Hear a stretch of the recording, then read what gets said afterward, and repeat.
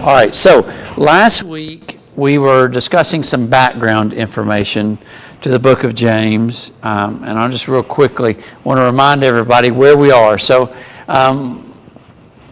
it's a wide range, I know, but I believe the letter was written sometime between 47 and 52. Hard to be real specific, but it is believed to be one of the early writings. Maybe just after Paul has written to the Thessalonian church. So we've got James there pretty early on. Some important ideas that are going on that I will remind you of in a minute. But, of course, where Jesus was resurrected, ascended to heaven in about AD 33. I know that date can move a little bit. But about a year or so later, we have the persecution on the church after Stephen has been martyred. Then that in Acts 8, we read about the havoc that was brought on the church by Saul. And so we have those Christians disperse after that. In AD 42 to about 45, rough date there, I don't know the exact date, but about a decade approximately after the birth of the church, we have the first Gentile convert, Cornelius, and then James's writing comes shortly after that.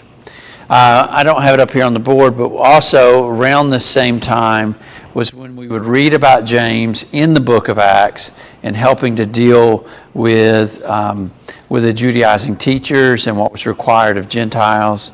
We looked at that a little bit last week. Any question about that material? So when we look at the book of James, we just kind of understand the context that he's writing in. So let's go to James chapter 1. Now, we look at the writing here. James is, by many, has been called a practical handbook to Christianity. Some have compared it to the book of Proverbs. There's some stylistic similarities to the book of Proverbs Solomon wrote for us. And some of that's true. Some of the key terms. So when you think about the book of James, what are some key terms that come out? Well, one would be faith. Right, the term faith gets mentioned quite a bit, but I don't know if you realize this, but it's not the most common word or word phrase. Anybody have a guess? What do you think the most common word phrase in the book of James is?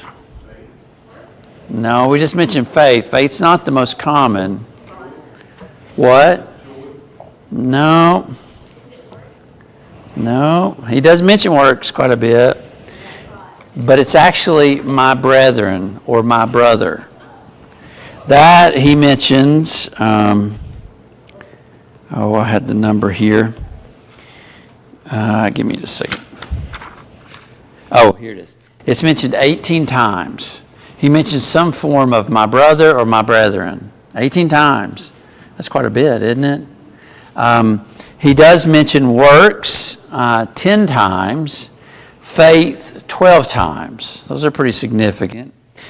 Patience is found 5 times. What's another term for patience? Steadfastness, long-suffering, right? Those are some of the translated similar terms to patience. I didn't know this. Rich is actually mentioned 5 times. That term. Poor 4 times, wisdom 4. I also think about wisdom when I think about this letter. It's mentioned 4 times. Tongues are mentioned 4 times. Here's another one that I commonly think of as doer. Be a doer of the word, right? That's mentioned 4 times. One of the key verses, I won't go through all these, but I want to give you a couple here. If you turn to James 2, verse 24, this really, for a large portion of the writing, I think this kind of sets the summary of what James is trying to say. James 2 and verse 24, he says, This is the English Standard. I'll read it out of here because this is what I use mostly. He says, you see that a person is justified by works and not by faith alone. All right, and so why do you think that might be a key verse to James? From my standpoint. I know you're going to get in my head, but why that particular verse? Defining faith, okay. It tells us a little bit about what faith is. Also points out that the man's not saved by faith only. Yeah. The term only is really significant because a lot of the world perceives that you're saved at the point of faith. James clearly shows us that true. So it combats false doctrine, right? That some might teach or believe. It also takes the abstract and puts it into practical measures. The Christianity is not just about learning, but it's actually, discipleship is not just learning, but it's learning and doing, right? And there's two active things going on there. Christianity is not about sitting in a lecture. You go to university, right? And you go and you take a class, and what do? For most classes, you sit, you listen. You might have a little bit of interaction, but the whole purpose of it is what? You're trying to take in information. Christianity is not a lecture. Christianity is about doing, right? Taking the information God teaches us and applying it. So, that's one of the key verses that I think are important. Let's look at one other one. Go over to James 4, verse 17.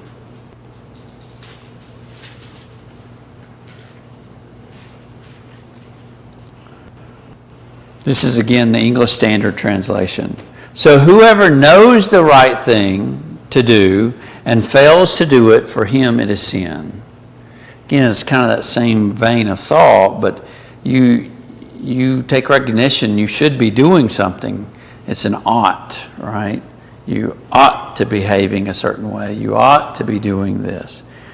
Well, if you don't do it, You have the prerogative to choose not to. yeah, In order to do good, then you're obligated to do good. absolutely. Yes, ma'am. It puts sin on a different level. It's more than just sin, something you do. It can also be something you don't do. And sin is not something that happens to you. It's you do it. When we get later in chapter 1, we'll see that. But sin is, again, not some abstract idea. It's not something God does not interpose sin on you. I know we talked about in Bible class a little bit about God imputes. My boys love to hear me make that flip. Imputes righteousness on us. God does not impute sin on us. That's ours.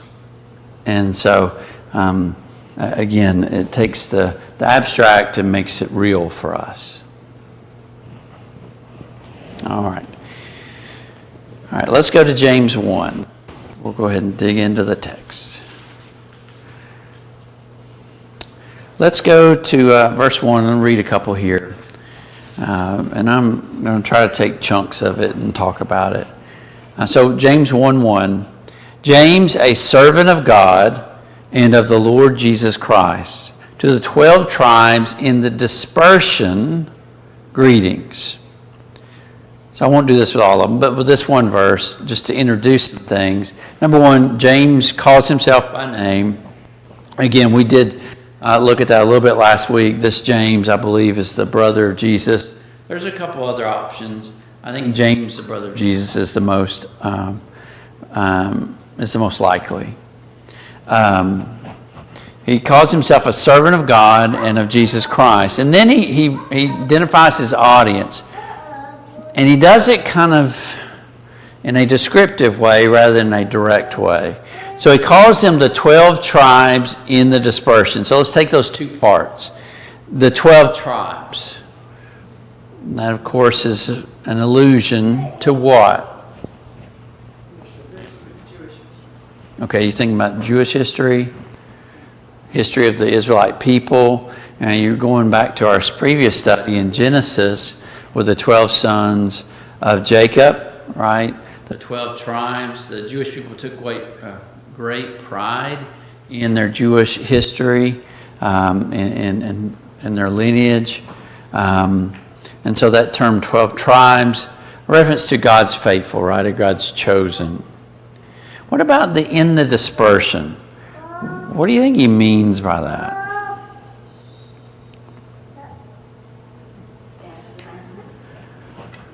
Scattered around.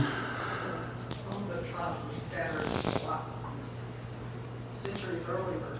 Okay. This is new when the Christians were dispersed. Okay. Okay. I want to go there in just a second. Yes, ma'am. Sorry, I was thinking maybe he's making a parallel to like the history of the tribes to, I think, is that what she was saying already? A little bit, yeah. I think that's what she was indicating. If you go to 1 Peter 1:1, we'll look at this later on in our study of Peter, but Peter makes a similar statement. 1 Peter 1:1, Peter says, to those who are elect exiles of the dispersion in Pontus, Galatia, Cappadocia, Asia, and Bithynia.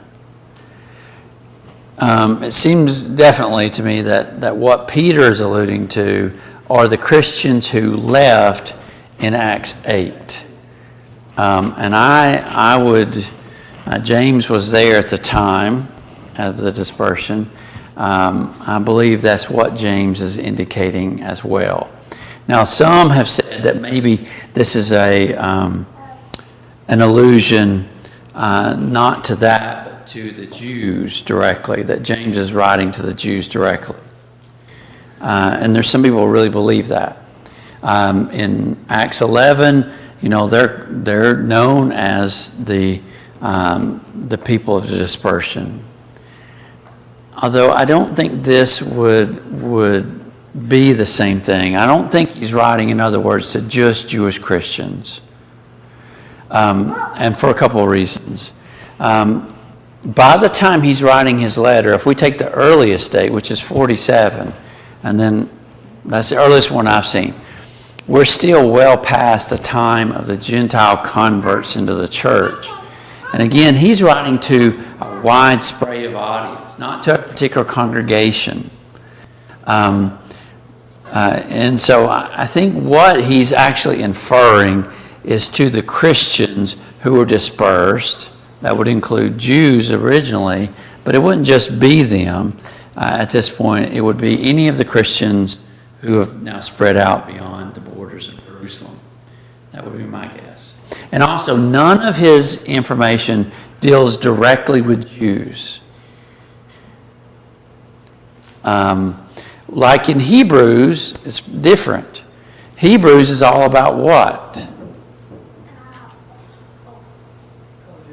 The old law, right? It is throughout. It deals heavy with old law doctrine and what it is in the new. I don't think James doesn't do that. His is, again, a very practical look at Christianity. So I believe his actual target audience would be anybody who's a Christian. And so this was not so narrowed. Yes. It may also be, the dispersion when you think about in Acts 8 was kind of appears to be kind of a one-time thing. Persecution came in the obscurity, but all through the time Paul was doing the ground, the church was being persecuted in other places. Mm-hmm. People were probably moving from other cities, other than just Jerusalem, and moving to someplace else because of persecution. Yeah. And James talks a lot about trials and persecution. And also, James took a very direct role. Again, I don't have it up on the board, but in Acts, you can go and look at how James took a very prominent role in helping the Gentile converts be welcomed into the church. Now, he had some struggles with it too. I can get into that. But you do see him prominently a part of dealing with that Judaizing religion within the book of Acts. All right. So, Some may find that interesting. Some may think, well, let's go on to the next thing. Well, let's go on to the next thing. Let's go to verse 2. Verse 2. Count it all joy, my brothers. There's that phrase. When you meet trials of various kinds. For you know that the testing of your faith produces steadfastness.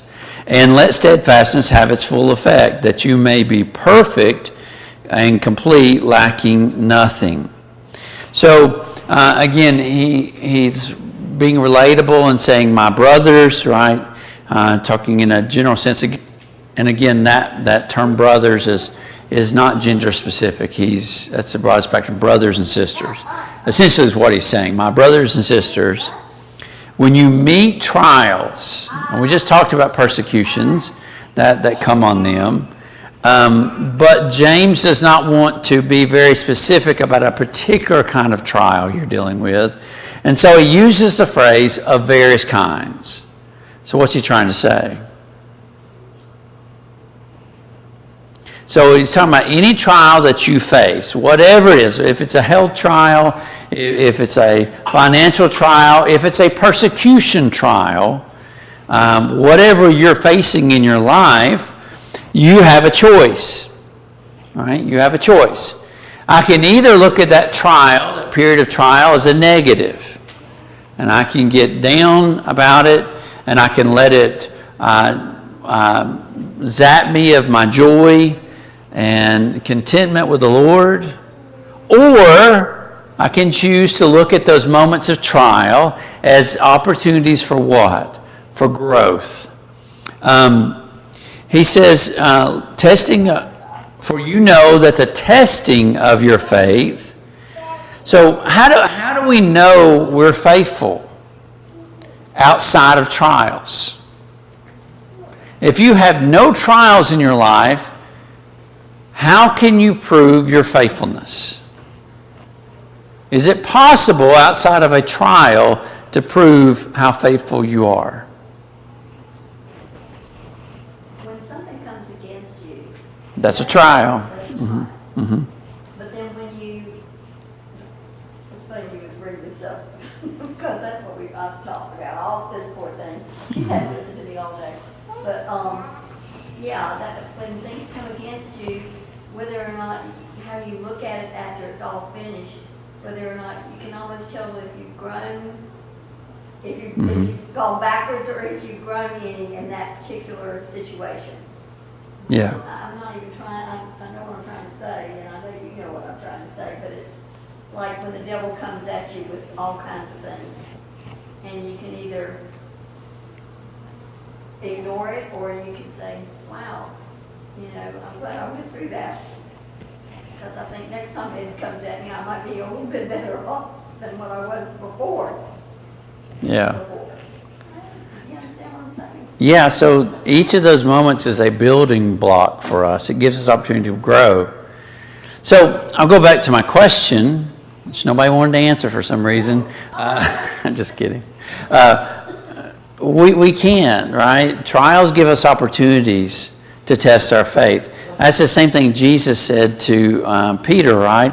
He says, Satan's asked to sift you. I have prayed that your faith not fail you. And when you come back, strengthen your brothers. And so, What James says, that you show me your faith without works, and I'll show you my faith without works. You can't show faith without works. yeah, and he gets into that in chapter 2, right? It's an impossibility to demonstrate that. Go ahead, Roger. I thought you asked, can you show your faith without a trial? I think yes. How? I mean, just by worship, coming to worship, that's not really a trial, but you're showing your faith by coming to worship. But if it's easy to come to worship, you're saying you come to worship with no trials, no things that attempt to get into your way? I don't think that's true. Right? Consistently over time, if we have no difficulties, how do we prove we have strength to overcome? It's like the man who never goes to the gym to work out. How does he know he's strong? How did Samson know he was strong? If Samson never fights, if he never, tries to fight those, the animals, right? He can never prove he's strong, right? Trials give us a chance to prove our faithfulness. And so God allows us to go through trials to prove ourselves, not only to prove ourselves, but to improve ourselves. So what do trials also tell us? They reveal weaknesses. I mean, do you consider singing praises to God a trial? But I don't okay. Is it more of like, we're gonna face trials regardless? Of whether Yes. you're Christian or if you're not? It's just like how you react to it shows your faith? Yes, exactly. And that's a demonstration of your faith, right? I didn't say you don't have faith, Roger. I'm saying how can you prove your faith? But just simply doing what God says, even though it's not a major. But if your faith is proven, the strength of your faith is proven when it's hard to do that and you still do it.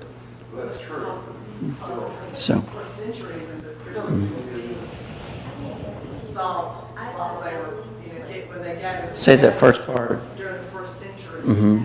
when it was against the law for Christians to meet together Mm-hmm. for any reason, and if they were found meeting together to worship, I mean, they would just be doing, just meeting together to worship, but that would have been showing their faith, and they were persecuted for that, Yeah. put in jail or killed. And yeah, what they That was hard. face. It was hard for them to even met together. It's easy for us. But the gift they were given in a way was going through those things gave them a testing ground to prove their faithfulness. It gives us a chance as well. And I think that's his point here. It's interesting, James uses the term, this is the English Standard translation. He says, the testing of your faith produces steadfastness. That's English Standard. Other versions may have the word patience or long-suffering, right? Patience in our modern way we look at patience, in my mind at least, is not the best term for me to understand it. I like the term steadfastness or endurance, right? The ability to last through difficulty, right? And I know patience in its original form kind of meant that. I don't know if that's the way I at least think about it. But he says that when we go through trials of faith, when we come out of those things, we have an opportunity to grow in steadfastness. And think about the word steadfastness. Well, what are we saying when we say that word? We're able to stand long, right? We're able to stand. You think about a tower in a storm. Hurricanes come across the land, across the ocean onto the land. Some stand, some don't, right? You want your house to be one of those that stand. And how do you accomplish that? Don't build it on the sand. Jesus warned us about that, didn't he? Find a rock. Find a rock. But it isn't how you build it, right? You think about the foundation. You think about the walls. All of the parts of that. Its ability to stand. Now, can those same buildings be scarred? They can bear scars, nicks, and we bear scars, nicks on us. But it is the ability to endure. We'll talk more about this when we get to Job, but I think this is an important idea. Having done all to stand. Yeah, 1 Corinthians 15. Stand really strong. After you've done everything, then you stand. You don't do everything to well, I'm leaving now. Don't give up. Don't give in. And Miss. Oh, go ahead. No, go ahead. He later talks about the classic case, and that's Abraham. Mm-hmm. God had told him to offer his son Isaac.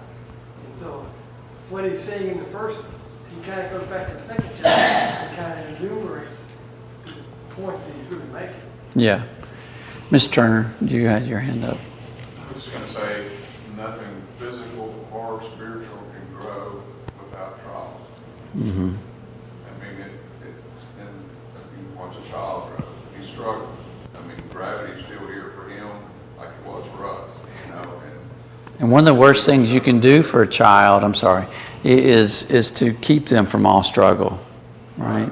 They need those things to grow. I'm sorry, go ahead and finish.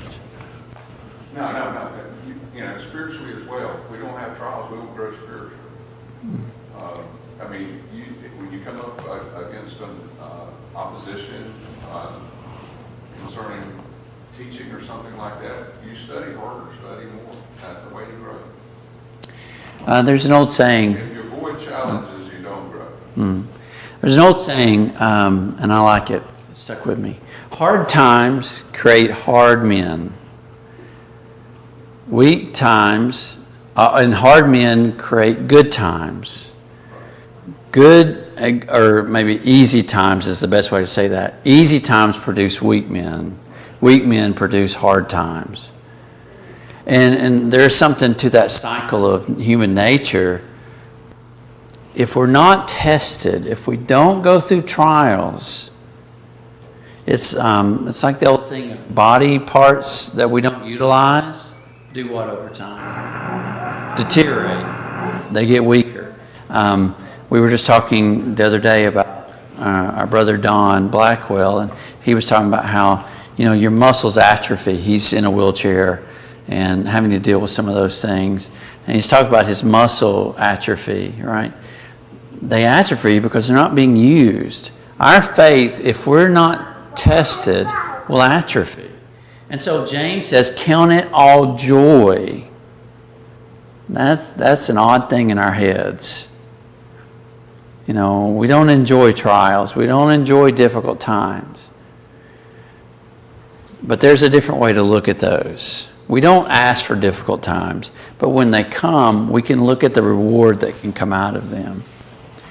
Thank y'all for your comments. We're out of time. We'll come back and we're going to look at verse 5. Not next week, because we'll have fellowship meal, but the next week we'll come back and continue on into James chapter 1. Any other questions or comments? Yes, ma'am. Like, when I was reading James in the morning, I realized, like, my example of, like, faith, it was like, from my family, to, like, a lot of, like, duality to it, if that makes sense. Like, Say that part again. I couldn't hear you. like, an example of, like, of faith, of Uh-huh. Christian faith, there was always so much duality. Like, I never realized you're supposed to be, like, joyful when trials happen. Like, a lot of my family members, they would, first thing they would do would be, like, curse at God for bad things that would happen to them. And then the next day I see them thanking God because the situation was handled well. Before they first would cursing him and then worshiping other gods, and then they went back to Jesus, when everything was handled the way they wanted to handle it. And I guess when I lost my car in that accident, I was kind of surprised by how I reacted. At first I thought I was gonna, like, curse or scream and act crazy like how I used to. I don't know why I thought I would do that, but, like, I actually was pretty mature and calm, and I let this be like a learning lesson for me. And it's Just instantly, if that makes sense. and it was a time to show you grown, right? And so you would have known that, though, until you go through it. Now, we don't wish for that to happen, but when it happens, there's a way to look at that from the other side. It really, like, Okay. for me, I kind of got excited with the way I reacted because it really showed how I grew. So I really like that chapter because it kind of reminds me of how much I've grown in my faith. Yeah. I like it. And that's a good way to look back, We'll go ahead and close the prayer and move into our next segment. Before we do,